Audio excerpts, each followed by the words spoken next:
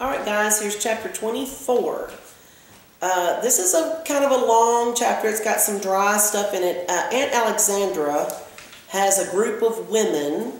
They keep talking about the missionary society, has a group of women over to the Finch's house for like tea, and then they talk about a missionary overseas, so it's kind of a get-together, and there's a lot going on, but this chapter is something so exciting in it, so pay attention, okay? Calpurnia wore her stiffest starched apron. She carried a tray of Charlotte. Charlotte's a dessert. She backed up to the swinging door and pressed gently. I admired the ease and grace with which she handled heavy loads of dainty things. So did Aunt Alexandra, I guess, because she had let Calpurnia serve today. August was on the brink of September. Dill would be leaving for Meridian tomorrow. Today he was off with Jim at Barker's Eddy. Jim had discovered with angry amazement that nobody had ever bothered to teach Dill how to swim, a skill Jim considered necessary as walking. They had spent 2 afternoons at the creek.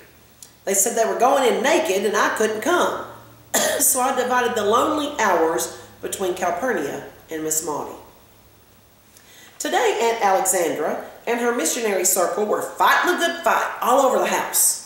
From the kitchen I heard Miss Grace Merriweather giving a report in the living room on the squalid lives of the Myrnas. It sounded like to me.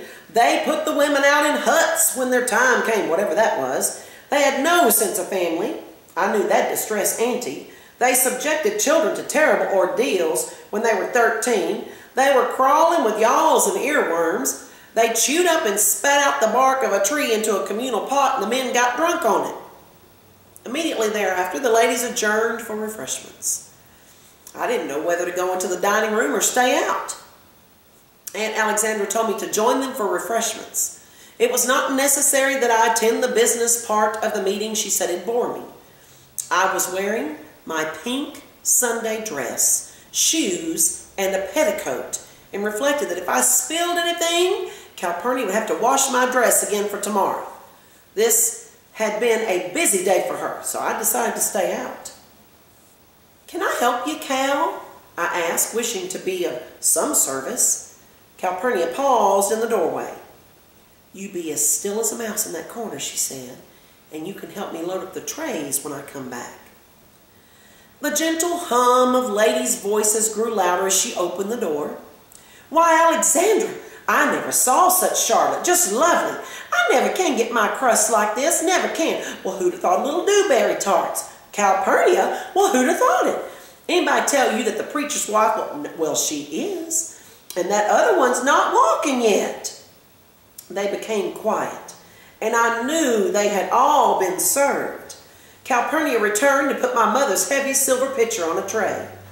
This coffee pitcher's a curiosity, she murmured. They don't make them these days. Well, can I carry it in? If you be careful and don't drop it. Set it down at the end of the table by Miss Alexandra. Down there by the cups and things. She's going to pour. I tried pressing my behind against the door, as Calpurnia had done. But the door didn't budge. Grinning, she held it open for me. Careful now. It's heavy. Don't look at it, and you won't spill it. My journey was successful. Aunt Alexandra smiled brilliantly. Stay with us, Jean Louise, she said. This was a part of her campaign to teach me to be a lady. It was customary for every circle hostess to invite her neighbors in for refreshments, be they Baptists or Presbyterians, which accounted for the presence of Miss Rachel, sober as a judge, Miss Maudie, and Miss Stephanie Crawford. Well, rather nervous, I took a seat beside Miss Maudie and wondered why ladies put their hats on to go across the street. Ladies in bunches always filled me with vague apprehension and a firm desire to be elsewhere. But this feeling was what Aunt Alexandra called being spoiled. The ladies were cool in fragile pastel prints. Most of them were heavily powdered but unrouged. The only lipstick in the room was Tangy Naturel. Cutex Naturel sparkled on their fingernails, but some of the younger ladies wore rose. They smelled heavenly, I sat quietly, having conquered my hands by tightly gripping the arms of the chair, and waited for someone to speak to me. Miss Maudie's gold bridge work twinkled. "Well, you're mighty dressed up, Miss Jean Louise," she said. "Where are your breeches today?" "Under my dress." I hadn't meant to be funny, but the ladies laughed. My cheeks grew hot as I realized my mistake, but Miss Maudie looked gravely down at me. She never laughed at me unless I meant to be funny. In the sudden silence that followed, Miss Stephanie Crawford called from across the room. "What you gonna be when you grow up, Jean Louise? A lawyer?" "No, I hadn't thought about it," I answered, grateful that Miss Stephanie was kind enough to change the subject. Hurriedly, I began choosing my vocation. Nurse, aviator, well, why shoot, I thought you wanted to be a lawyer. You've already commenced going to court. The ladies laughed again. "That Stephanie's a card," somebody said. Miss Stephanie was encouraged to pursue the subject. "Don't you want to grow up to be a lawyer?" Miss Maudie's hand touched mine, and I answered mildly enough, "No, just a lady." Miss Stephanie eyed me suspiciously, decided that I meant no impertinence, and contented herself with, "Well, you won't get very far until you start wearing dresses more often." Miss Maudie's hand closed tightly on mine, and I said nothing. Its warmth was enough. Miss Grace Merriweather sat on my left, and I felt it would be polite to talk to her. Miss Merriweather, a faithful Methodist under duress, apparently saw nothing personal in singing "Amazing Grace, how sweet the sound that saved a wretch like me." It was in the general opinion of Macomb, however, that Miss Merriweather had sobered him up, and I misquoted, that's Mr. Merriweather saying "Amazing Grace." It was the general opinion of Macomb, however, that Mrs. Merriweather had sobered him up and made a reasonably useful citizen of him. For certainly Mrs. Merriweather was the most devout lady in Macomb. I searched for a topic of interest to her. "Well, what did you all study this afternoon?" I asked. "Oh, child, those poor Mariners," she said, and was off. Few other questions would be necessary. Mrs. Merriweather's large brown eyes always filled with tears when she considered the oppressed. "Living in that jungle with nobody but J. Grimes Everett," she said. "Not a white person will go near him but that saintly J. Grimes Everett." Miss Merriweather played her voice like an organ. Every word she said received its full measure. "The poverty, the darkness, the immorality, nobody but J. Grimes Everett knows. You know, when the church gave me that trip to the campgrounds, J. Grimes Everett said to me," "Well, was he there, ma'am?" I thought. "Home on leave. J. Grimes Everett said to me," he said, "Miss Merriweather, you have no conception of what we're fighting over there." That's what he said to me. "Yes, ma'am." I said to him, "Mr. Everett," I said, "the ladies of the Macomb, Alabama Methodist Episcopal Church South are behind you 100%. That's what I said to him. And you know, right then and there, I made a pledge in my heart. I said to myself, when I go home, I'm going to give a course on the Mariners and bring J. Grimes' message to Macomb. And that's just what I'm doing. So in other words, there's probably this group, maybe over in Africa, a tribe, and J. Grimes Everett is probably an evangelist, and he goes over there like on mission trips and works with this tribe, wherever he's talking about, the Myrnas. And so she now is taking it upon herself to spread that message. She wants to tell everybody about how bad the Myrnas have it, and that they ought to help those people. Okay? Now, listen. When Miss Merriweather shook her head, her black curls jiggled. "Jean Louise," she said, "you are a fortunate girl. You live in a Christian home with Christian folks in a Christian town. Out there in J. Grimes Everett's land, there's nothing but sin and squalor." "Yes, ma'am. Sin and squalor." What was that, Gertrude? Mrs. Merriweather turned on her chimes for the lady sitting beside her. Oh, that. Well, I always say forgive and forget. Forgive and forget. Thing that church ought to do is help her lead a Christian life for those children from here on out. Some of the men ought to go out there and tell that preacher to encourage her. Excuse me, Miss Merriweather, I interrupted. Are you all talking about May Yule? May? No, child. That darky's wife. Tom's wife. Tom Robinson, ma'am? Miss Merriweather turned back to her neighbor. Oh, there's one thing I truly believe, Gertrude, she continued, but some people just don't see it my way. If we just let them know we forgive them and that we've forgotten it, then this whole thing will blow over. Miss Merriweather, I interrupted once more, what'll blow over? Again, she turned to me. Miss Merriweather was one of those childless adults who find it necessary to assume a different tone of voice when speaking to children. Nothing, Jean Louise, she said in a stately largo. The cooks and the field hands are just dissatisfied. But they're settling down now. They grumbled all next day after the trial. Miss Merriweather faced Mrs. Farrow. Gertrude, I tell you, there's nothing more distracting than a sulky darky. Their mouths go down to here. It just ruins your day to have one of them in the kitchen. You know what I said to my Sophie, Gertrude? I said, Sophie, I said, you simply are not being a Christian today. Jesus Christ never went around grumbling and complaining. And you know it did her good. She took her eyes off that floor and said, no, Miss Merriweather, Jesus never went around grumbling. I tell you, Gertrude, you never ought to let an opportunity go by to witness for the Lord. Now, this chapter upsets me a little bit because you got this Miss Merriweather that's talking about these people over in Africa that J. Grimes Everett's there helping. He wants to help them do good, wants to help them in their poverty and their sickness. But she's hypocritical because she's talking about Tom Robinson's wife.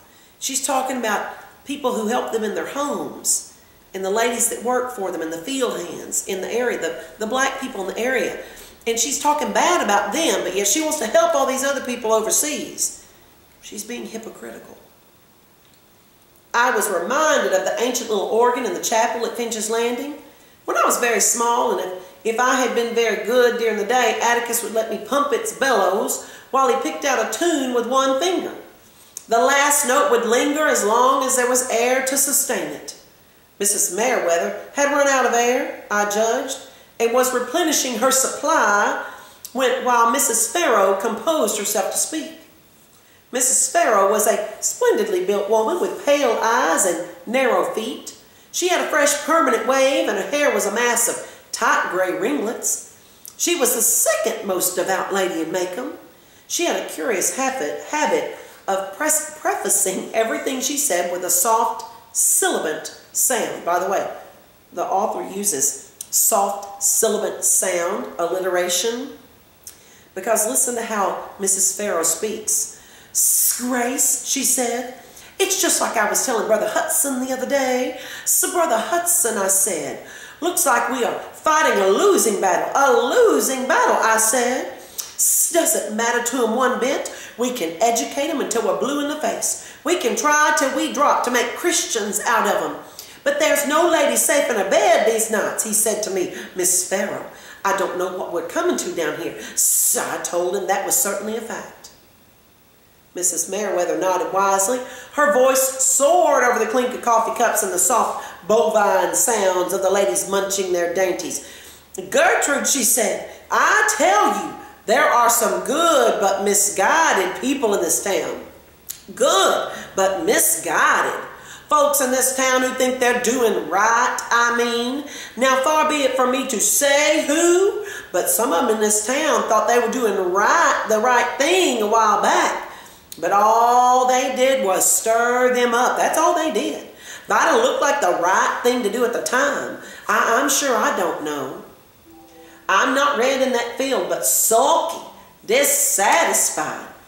I tell you, if my Sophie had kept it up another day, I'd have let her go. It's never entered that wool of hers that the only reason I keep her is because this depression's on and she needs her $1.25 every week she can get it. So she's talking about somebody in town thought they were doing the right thing, but all they did was stir them up. Now who do you think she's talking about? Atticus. His food doesn't stick going down, does it? Miss Maudie said it. 2 tight lines had appeared at the corners of her mouth. She had been sitting silently beside me, her coffee cup balanced on one knee. I had lost the thread of conversation long ago when they quit talking about Tom Robinson's wife, and had contented myself with thinking of Finch's Landing and the river. Aunt Alexandra had got it backwards. The business part of the meeting was blood-curdling. The social hour was dreary. "Maudie, I'm sure I don't know what you mean," said Miss Merriweather. "I'm sure you do," Miss Maudie said shortly. She said no more. When Miss Maudie was angry, her brevity was icy. Something had made her deeply angry, and her gray eyes were as cold as her voice. Mrs. Merriweather reddened, glanced at me, and looked away. I could not see Mrs. Farrell. Aunt Alexandra got up from the table and swiftly passed more refreshments, neatly engaging Mrs. Merriweather and Mrs. Gates in brisk conversation. When she had them well on the road with Mrs. Perkins, Aunt Alexandra stepped back. She gave Miss Maudie a look of pure gratitude, and I wondered at the world of women. Miss Maudie and Aunt Alexandra had never been especially close, and here was Auntie silently thanking her for something. For what, I knew not. I was content to learn that Aunt Alexandra could be pierced sufficiently to feel gratitude for help given. There was no doubt about it. I must soon enter this world where on its surface fragrant ladies rocked slowly, fanned gently, and drank cool water. Now what she'd done is somebody had made the comment about Atticus, and Miss Maudie shot back. Basically, stop talking about him. You're in his house. His child is here. You stop. And that was the look that Aunt Alexandra ended up giving her. Was like, "Thank you, Maudie, for standing up for my brother." Scout doesn't really understand all that, but that's what that was. But I was more at home in my father's world. People like Mr. Heck Tate did not trap you with innocent questions to make fun of you. Even Jim was not highly critical unless you said something stupid. Ladies seemed to live in faint horror of men, seemed unwilling to approve wholeheartedly of them. But I liked them. There was something about them, no matter how much they cussed and drank and gambled and chewed, no matter how undelectable they were, there was something about them that I instinctively liked. They weren't hypocrites, Miss Perkins, born hypocrites, Miss Merriweather was saying. At least we don't have that sin on our shoulders down here. People up there set them free, but you don't see us sitting at the table with them. At least we don't have the deceit to say to them, "Yes, you're as good as we are, but stay away from us." Down here, we just say, "You live your way and we'll live ours." I think that woman, that Mrs. Roosevelt's lost her mind. Just plain lost her mind, coming down to Birmingham and trying to sit with them. If I was the mayor of Birmingham, well, neither of us was the mayor of Birmingham, but I wished I was governor of Alabama for one day. I'd let Tom Robinson go so quick the Missionary Society wouldn't have time to catch its breath. Calpurnia was telling Miss Rachel's cook the other day how bad Tom was taking things, and she didn't stop talking when I came in the kitchen. She said there wasn't a thing Atticus could do to make being shut up easier for him. That the last thing he said to Atticus before they took him down to the prison camp was, "Goodbye, Mr. Finch. There ain't nothing you can do now, so there ain't no use trying." Calpurnia said Atticus told her that the day they took Tom to prison, he just gave up hope. She said Atticus tried to explain things to him, and that he must do his best not to lose hope, because Atticus was doing his best to get him free. Miss Rachel's cook asked Calpurnia, why didn't Atticus just say, "Yes, you'll go free," and leave it at that? Seemed like that'd be a big comfort to Tom. Calpurnia said, "Because you ain't familiar with the law. First thing you learn when you're in a lawing family is that there ain't any definite answers to anything. Mr. Finch couldn't say something so when he doesn't know for sure it's so. The front door slammed, and I heard Atticus's footsteps in the hall. Automatically, I wondered what time it was. Not nearly time for him to be home. And on Missionary Society days, he usually stayed downtown until black dark. He stopped in the doorway. His hat was in his hand, and his face was white. "Excuse me, ladies," he said. "Go right ahead with your meeting and don't let me disturb you. Alexandra, could you come to the kitchen a minute? I want to borrow Calpurnia for a while."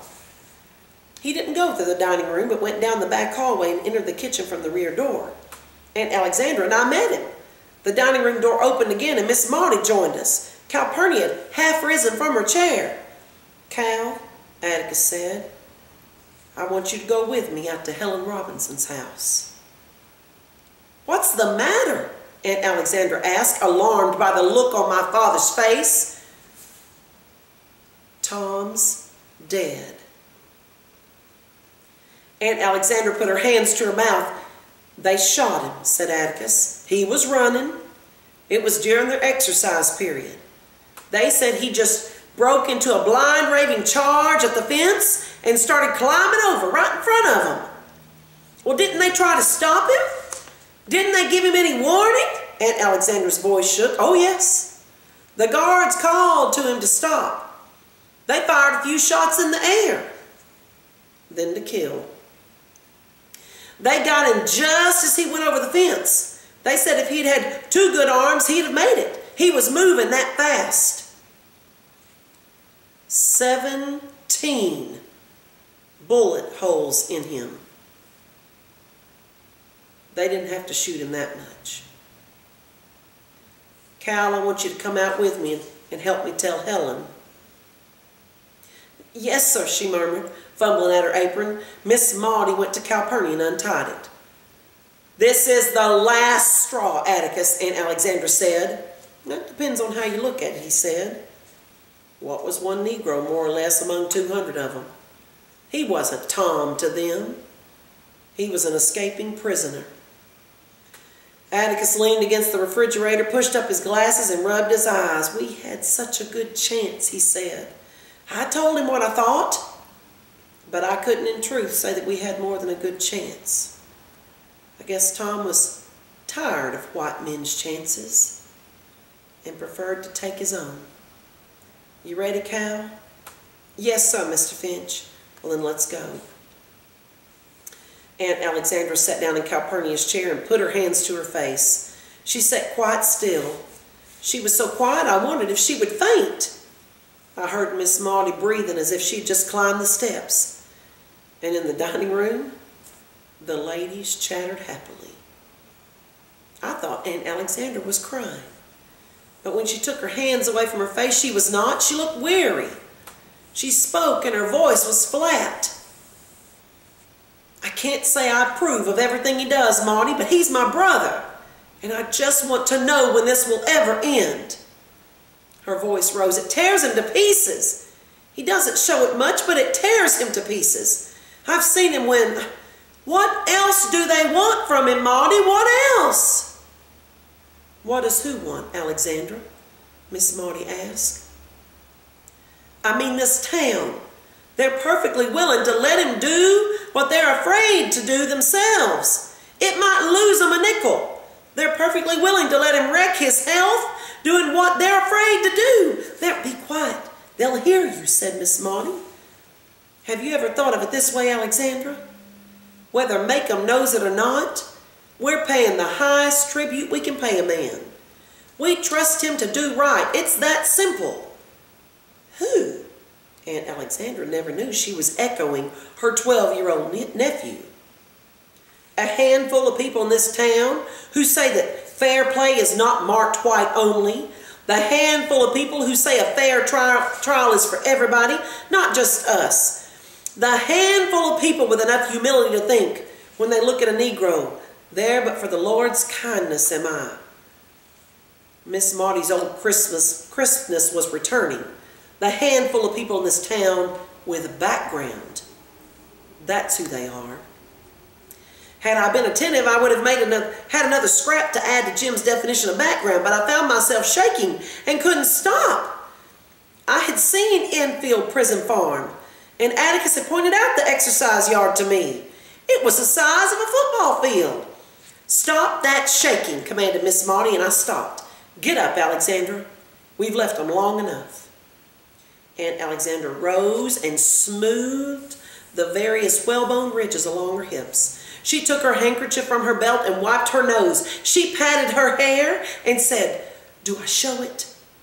"Not a sign," said Miss Maudie. "Are you together again, Jean Louise?" "Yes, ma'am."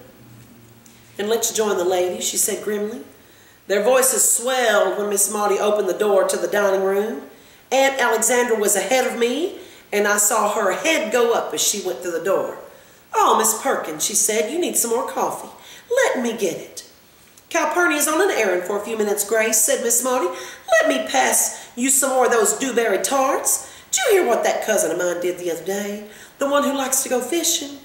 And so they went, down the row of laughing women, around the dining room, refilling coffee cups, dishing out goodies as though their only regret was the temporary domestic disaster of losing Calpurnia.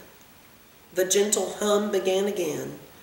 "Yes, sir, Miss Perkins, that J. Grimes Everett, he's a martyred saint. He, needed to get married, so they ran to the beauty party every Saturday afternoon soon as the sun goes down. Oh, he goes to bed with the chickens, a crate full of sick chickens. Fred says that's what started off, Fred says." Aunt Alexandra looked across the room at me and smiled. She looked at a tray of cookies on the table and nodded at them. I carefully picked up the tray and watched myself walk to Mrs. Merriweather.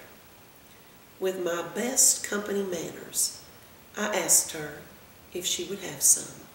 After all, if Auntie could be a lady at a time like this, so could I. So they've just heard the news about Tom Robinson. They're distraught over that, plus the fact that Atticus is kind of bearing the burden for Maycomb. But they hold their heads high. They go back out in that room, and they serve those women. And Scout even serves the woman who was talking bad about her daddy. So she says, if Aunt Alexandra could be a lady at a time like this, so could I. It's good. Chapter 24. All right, do your questions, work on your mask. We'll see you Monday. Bye.